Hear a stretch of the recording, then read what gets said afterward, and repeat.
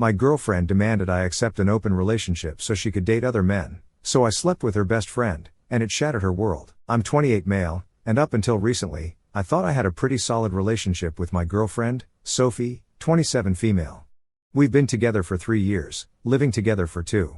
Honestly, everything was going great, like I was secretly checking out engagement rings on my lunch breaks, kind of great. We met through mutual friends at a board game night. Super normal story. She laughed at my dumb jokes. I liked how she was super competitive at Monopoly, and we just clicked. Started dating pretty much right away. Got an apartment together after a year because it made sense. We were always at each other's places anyway. We had our routines, you know, Sunday morning pancakes, walking in the park after work, watching those terrible reality shows she loves while I play games on my phone. Normal couple stuff. Sophie works in marketing. I'm a project manager in construction. We both have decent jobs, good friends, and our families get along great. My mom loves her. Her dad always invites me to watch football. We were that couple that other people said gave them hope about relationships. Yeah, I know how that sounds now. Everything was perfectly normal until last Tuesday. We were having dinner. Sophie was telling me about some work project, and I was halfway through my sandwich when she just goes, "Hey, what would you think about trying an open relationship?" I literally stopped mid-bite, fork halfway to my mouth, just frozen there.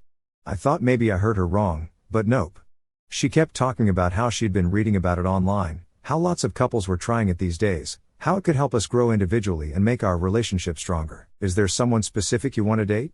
I asked, because honestly, that was my first thought. Who brings up open relationships unless they've got someone in mind, right? Sophie got all defensive. No, it's not about anyone else. I just think it would be good for us to explore ourselves more. We're still young, and I don't want us to wake up in 10 years wondering what we missed out on. I sat there trying to process what was happening. This is the same girl who once got mad because a waitress smiled at me too much. Now she's talking about dating other people like she's suggesting we try a new restaurant. Have you been feeling unhappy? I asked, because maybe I'd missed something. Maybe there were signs I should have seen. Not at all, she said, reaching across the table to grab my hand. I love you. I love us. This isn't about being unhappy. It's about making our relationship even better. Think about it, we could both have new experiences but still come home to each other. Lots of couples say it makes their connection stronger. I didn't know what to say. My brain stalled somewhere between confusion and panic. My appetite completely gone. The food in front of me might as well have been cardboard. Sophie, on the other hand, was animated, practically glowing as she talked, going on about boundaries, rules, communication. But all I could think was, where is this coming from? And yet, yeah, I know this makes me sound like a complete pushover. I said okay. Not because I wanted to. Not because I believed in it. But because the sheer eagerness in her eyes, the way she leaned in practically pleading for me to be on board, made it clear she had already decided. Saying no felt like shutting a door that she had no intention of closing. Are you sure you're okay with this? She asked, all wide-eyed concern, like she was giving me a real choice. We don't have to if you're not comfortable. I looked at her, at how desperate she seemed for me to agree, and somewhere in the back of my mind, I knew this isn't really a choice.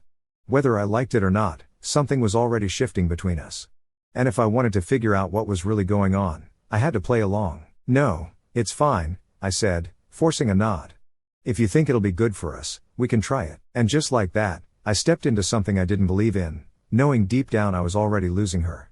She got all excited, started talking about how we should set up dating app profiles together, how we should have a system for letting each other know when we have dates planned. All these details she seemed to have already thought about. Meanwhile, I'm sitting there wondering how long she'd been planning this. The rest of the night was weird. We watched TV like normal, but my mind was racing. Sophie was cuddled up next to me on the couch, acting like everything was perfectly fine, like she hadn't just suggested completely changing our relationship. I kept wanting to take it back, to tell her I wasn't actually okay with it, but I didn't know how. Every time I looked at her scrolling through her phone with this little smile on her face, I felt more and more like I just made a huge mistake. That night, lying in bed, I couldn't sleep.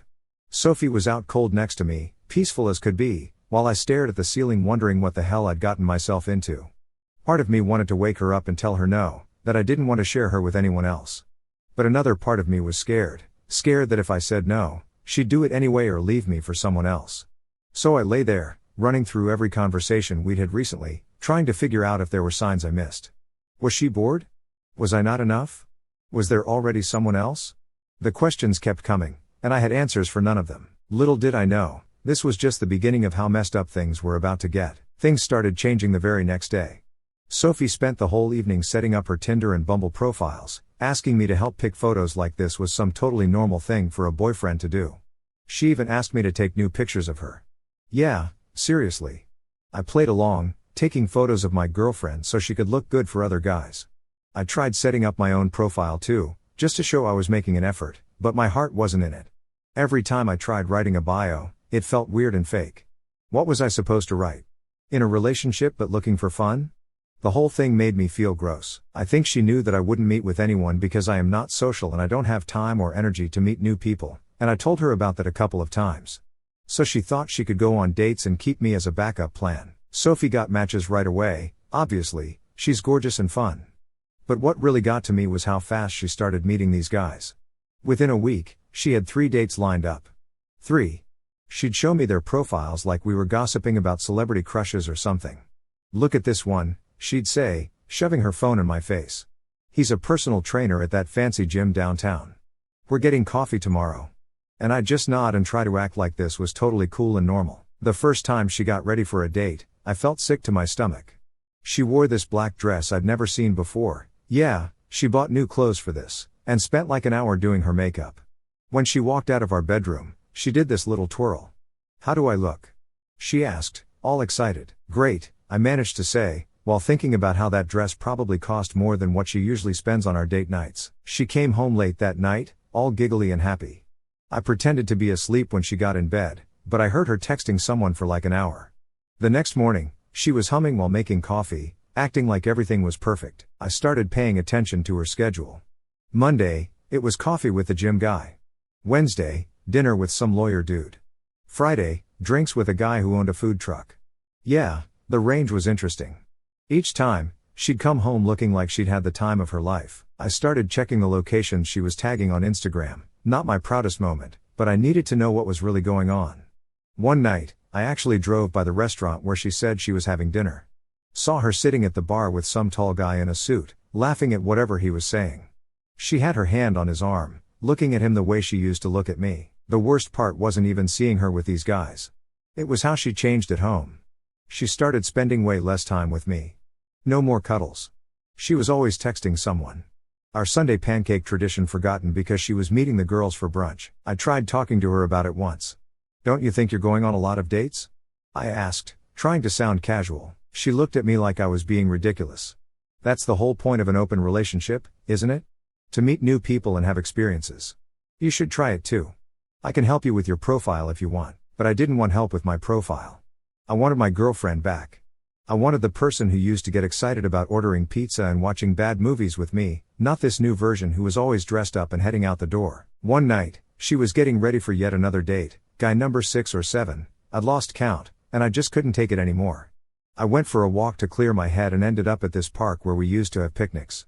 Sat there for like 2 hours thinking about how fast everything had fallen apart. My phone kept buzzing with messages from Sophie. Hope you're okay. Don't wait up. Having such a great time. Each message felt like she was twisting the knife a little more. The next day, she tried to tell me about her date, some story about how funny this guy was, how he took her to this amazing new restaurant. I just got up and left the room. She followed me, looking confused. I thought you were okay with this, she said, sounding actually surprised. You said you were fine with it. Yeah, well, maybe I'm not, I finally said. But you could be dating too. You're choosing to stay home and be miserable. That's when I realized she really didn't get it.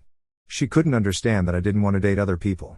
I wanted her, the old her, the one who used to love our boring, normal life together. By this point, it had been 3 weeks since she started this whole open relationship thing.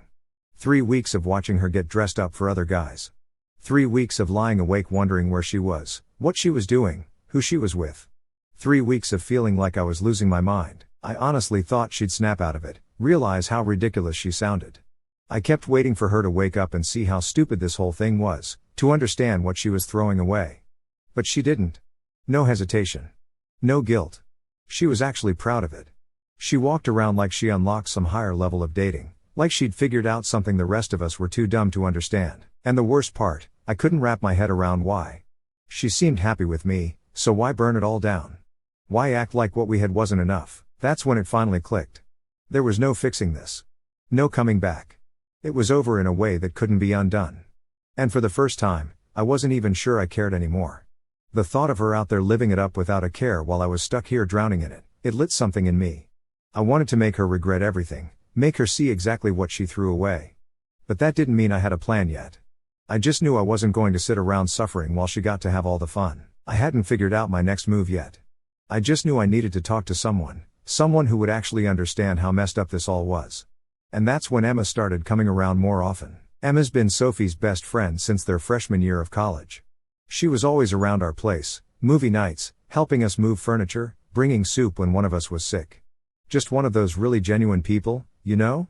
She's a kindergarten teacher, which fits her perfectly because she's got this way of making everyone feel heard and important. I never thought of her as anything more than Sophie's friend.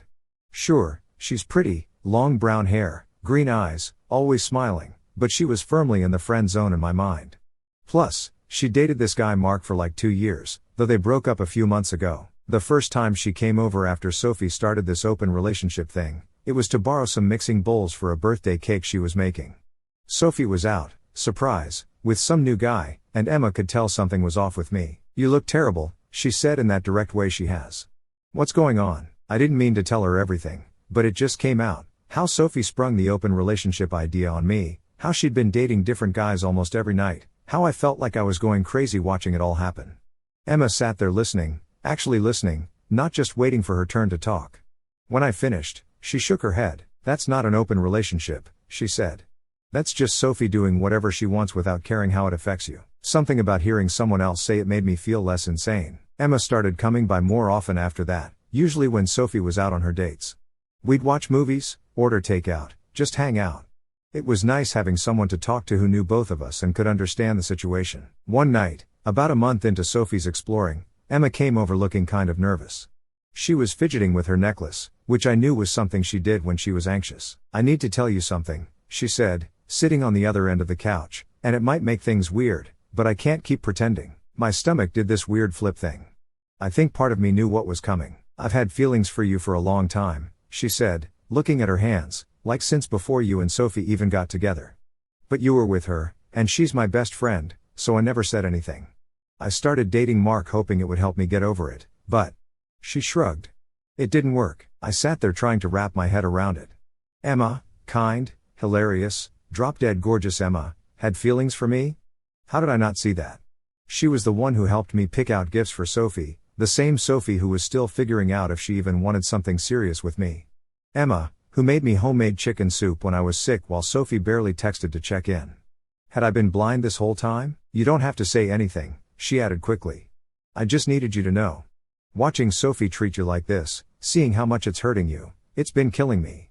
You deserve better than this." I looked at her, really looked at her, maybe for the first time. That simple green sweater somehow made her eyes glow, and her hair was up in one of those effortless messy buns, the kind that shouldn't be attractive but somehow made her look even better. And right then, I wondered how the hell I never noticed before. At the same time, Sophie's actions were still burning in the back of my mind. She really thought I'd sit around waiting like some loyal idiot while she paraded around with not just one guy but multiple, like I was some safety net just there whenever she got bored. That was her biggest mistake. She was out there doing whatever she wanted, thinking I'd still be available when she decided to come back. Nah. For me, that chapter was closed. I wasn't playing by her terms anymore. I was playing by mine. I decided to shoot my shot. I took a breath, feeling that shift, that moment where I finally took control. "Emma," I started, my voice steadier than I expected. She moved closer on the couch. "I know this is complicated. I know I'm probably making everything worse by telling you this, but seeing you so unhappy the past few weeks, I just couldn't stay quiet anymore." Then she kissed me. Just leaned in and kissed me. I should have stopped it. I should have thought about Sophie, about our friendship, about how complicated this would make everything. Instead, I kissed her back. It wasn't just a kiss. We ended up spending the night together, and it was different. Emma noticed me, really was interested in me. She noticed when something in my expression changed, asked what I was thinking, actually cared about the answer. Afterward, lying there in the dark, I let it all sink in, how far this had gone, how everything had shifted. The realization that I'd just slept with my girlfriend's best friend, something that should have felt like crossing a line, but all I could think about was how right it felt. This wasn't some meaningless rebound, some impulsive mistake. She turned to me, propping herself up on her elbow, her eyes searching mine. What are we going to do? She asked, her voice quiet but steady. I exhaled, staring up at the ceiling. I should have had an answer.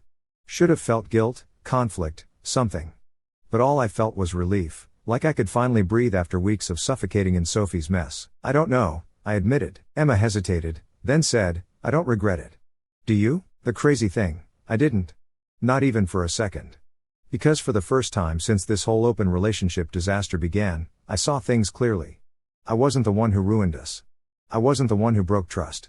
And maybe, just maybe, I deserved someone who wanted me, just me. Sophie's going to lose it when she finds out, I said. Probably, Emma agreed. But isn't it funny how she thinks it's perfectly fine for her to date other people, but the idea of you doing the same would drive her crazy? She had a point. And that's when I decided maybe it was time for Sophie to get a taste of her own medicine. I didn't tell Sophie about Emma right away. Part of me wanted to see how she'd react to little hints first.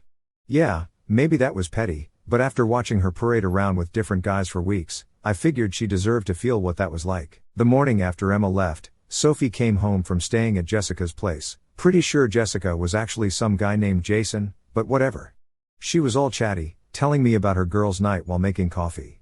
That's when I dropped the first hint. Oh, Emma stopped by last night, I said, super casual. We had a really good talk. Sophie's hand froze on the coffee pot. Emma was here? Yeah, we hung out for a while. She's really easy to talk to, you know. Sophie put her coffee mug down too hard, splashing some on the counter. What did you guys talk about? Just stuff, I said, shrugging. Life, relationships, feelings. It was nice. The look on her face was priceless. She spent the next hour texting someone, probably trying to get details from Emma, while pretending to watch TV with me. I could see her glancing at me every few minutes, trying to figure out what happened. Over the next few days, I started mentioning Emma more and more, how funny she was, how she really understood me, how we'd been texting. Each time, Sophie would get this tight look on her face, like she was trying not to react but couldn't help it. One morning, I was smiling at my phone while texting Emma, and Sophie practically jumped across the couch to see what I was looking at. Who are you texting? She asked, trying to sound casual and failing completely. Just Emma, I said. She's really into this new show I recommended. Sophie's face did this weird thing where she tried to smile but looked like she was in pain instead. You guys have been talking a lot lately. Yeah, she's great to talk to. Really gets me, you know. Sophie started doing this thing where she'd check my phone when I left it lying around. She thought she was being sneaky about it, but I'd catch her scrolling through my messages when she thought I was in the bathroom or kitchen. The funny thing, I deleted any real evidence of what happened with Emma. I just left enough normal, friendly text to make her suspicious and drive her crazy. Then Sophie started showing up at places where she knew I'd be. Like, I'd mentioned going to grab coffee at this place near work, and suddenly she'd just happen to be there. Or I'd say I was meeting friends at a bar, and she'd show up an hour later saying she was in the neighborhood. The best part, she started canceling her own dates. Suddenly, she was home more often, wanting to watch movies or cook dinner together. It was like watching someone try to mark their territory without admitting that's what they were doing. After countless attempts to get closer, each one met with me shutting it down, she finally came right out with it. Are you seeing someone else? Isn't that kind of the point of an open relationship? I replied. To see other people? Yeah, but who is it? Is it Emma? Are you sleeping with Emma? I just smiled and said, I thought we weren't supposed to share details about our other partners. Isn't that what you said when I asked about your dates? Sophie lost it. Started going through my Instagram followers, checking who liked my posts, analyzing every interaction I had online. She even started following Emma's social media obsessively, reading into every post or story Emma shared. The final blow came when Emma posted a selfie in a coffee shop, the same coffee shop where I get my morning coffee. Sophie called me immediately. Are you with Emma right now? Sophie, I'm at work, but you always get coffee at that place in the morning.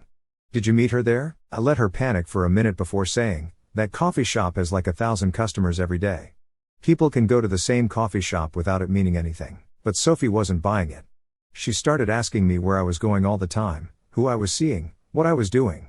The same woman who'd been coming home late from dates for weeks, who never gave me straight answers about who she was with, was suddenly demanding to know my every move. Emma thought it was hilarious when I told her about Sophie's behavior. We'd been meeting up secretly, usually at her place where Sophie wouldn't accidentally spot us. The small doubt I'd initially felt about hooking up with her was fading fast, replaced by something that felt a lot like justice. She really can't handle not being in control, can she? Emma said one night while we were cuddled up on her couch. Nope, I agreed. And the best part, she can't even complain about it without admitting she never actually wanted an open relationship. She just wanted permission to cheat. That's when Sophie decided to change tactics. She came home one night and dropped a bomb that would change everything. I think we should close the relationship again. I stared at Sophie as she sat there on our couch, looking all serious and concerned, telling me how she thought we should focus on us again. The same person who'd been going on dates left and right for weeks was now sitting there acting like she was doing me some huge favor. I just think we've explored enough, she said, reaching for my hand. I pulled it away. We could go back to how things were before. Just you and me. I couldn't help but laugh. Just you and me? Like the past few weeks never happened? Well, yeah, she said, looking confused by my reaction. Isn't that what you wanted? You haven't seemed happy with the open relationship. That's when I decided it was time to stop playing games. You're right.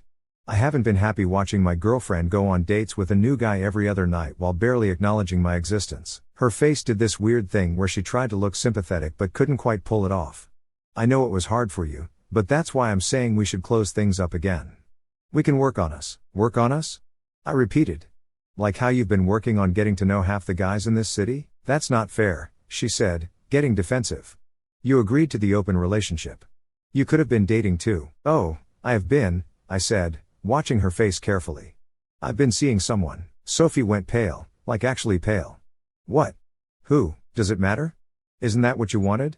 Both of us exploring and having new experiences? She jumped up from the couch. Of course it matters.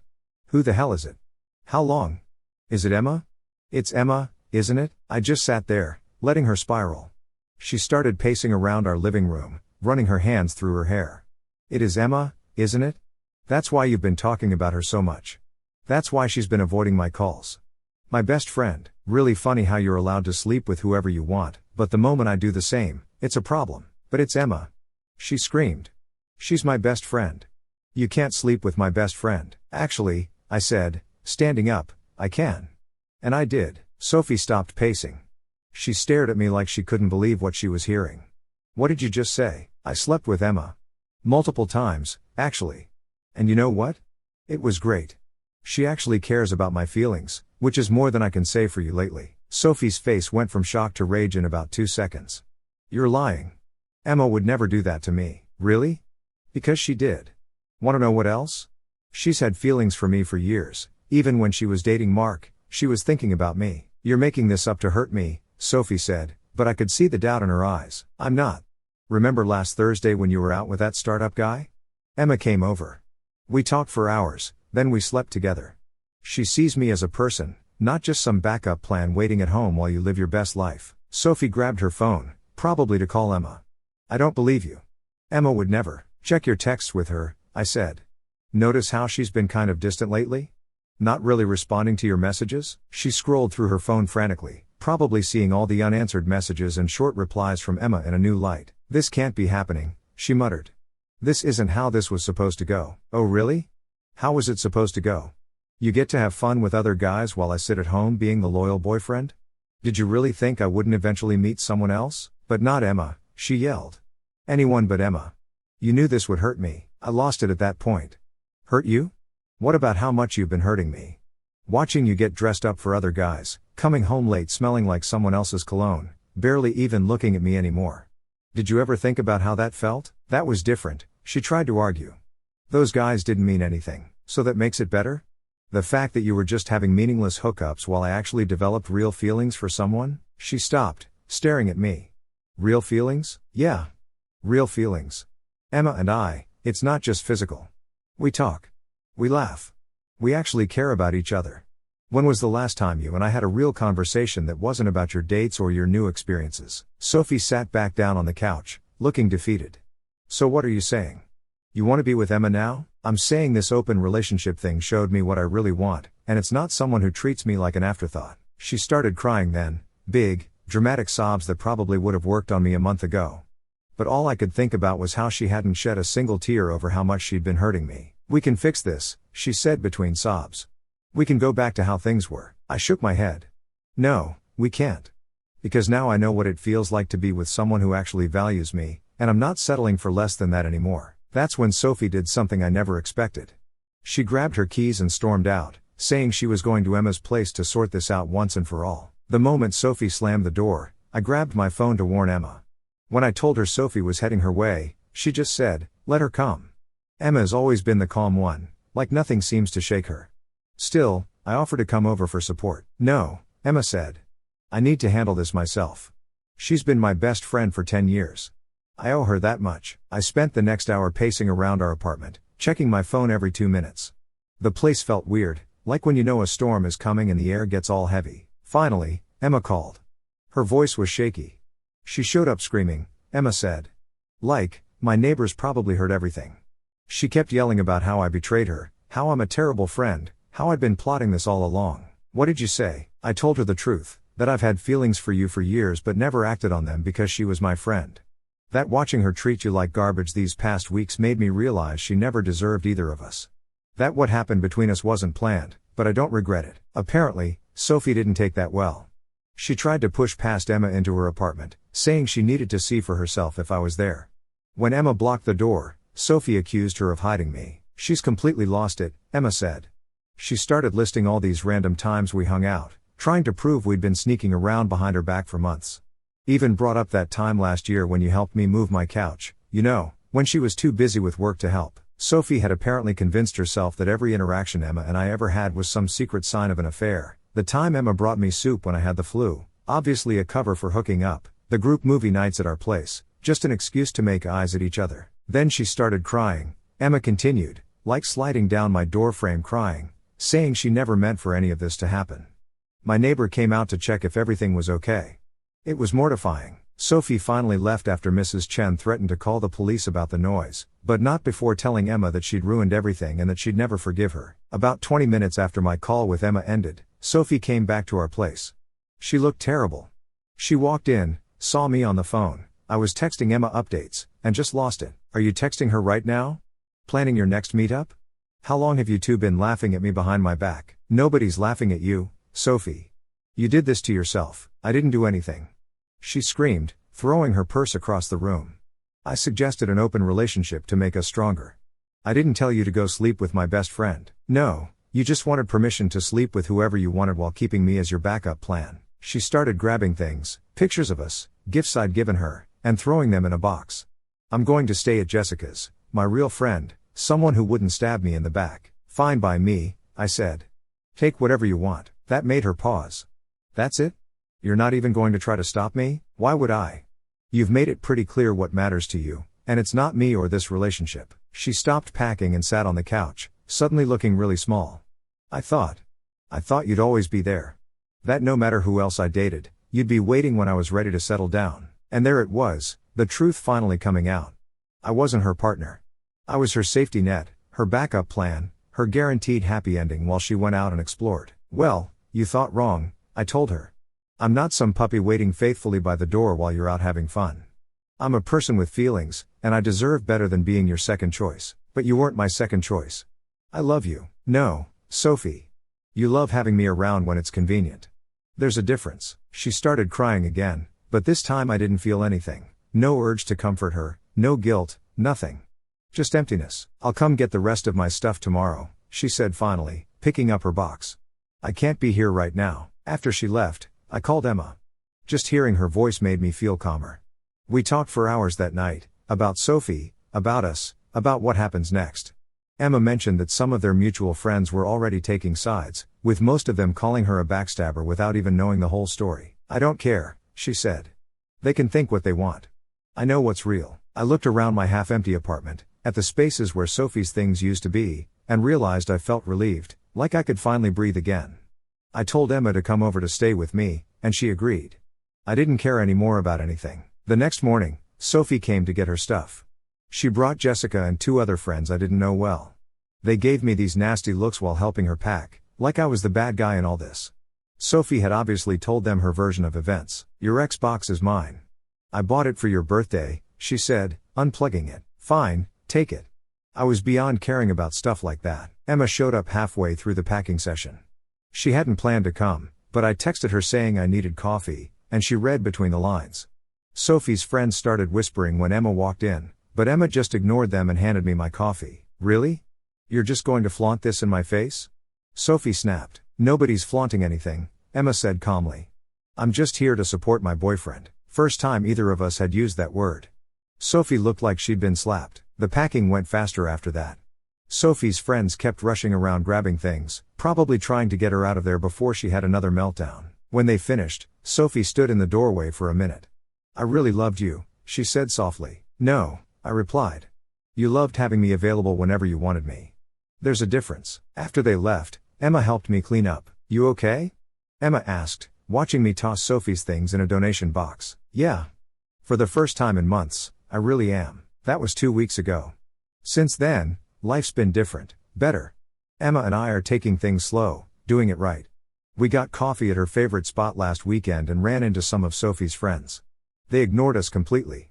Emma just squeezed my hand and smiled. Sophie's still telling people her side of the story. How I cheated, how Emma betrayed her, how we secretly wanted each other the whole time. Some people believe her. The ones who matter don't. Yesterday, Emma brought over a bunch of her kindergarten students' artwork to decorate my fridge. Too empty, she said. Looking at those crayon drawings, I realized something. This is what I want. Someone who notices the little things, who cares about making my space feel warmer, who shows up with coffee just because I didn't reply to her text. Instead, I helped Emma grade papers for her class while we watched that new mystery show she loves. Simple. Normal. Real. Looking back, I'm almost grateful Sophie suggested that open relationship. Not because it was a good idea, it wasn't. But because it showed me what I really wanted in a partner, someone who chooses me first, not just when it's convenient. That's the thing about life. Sometimes the worst decisions lead to the best places. Or in my case, to the right person who was there all along.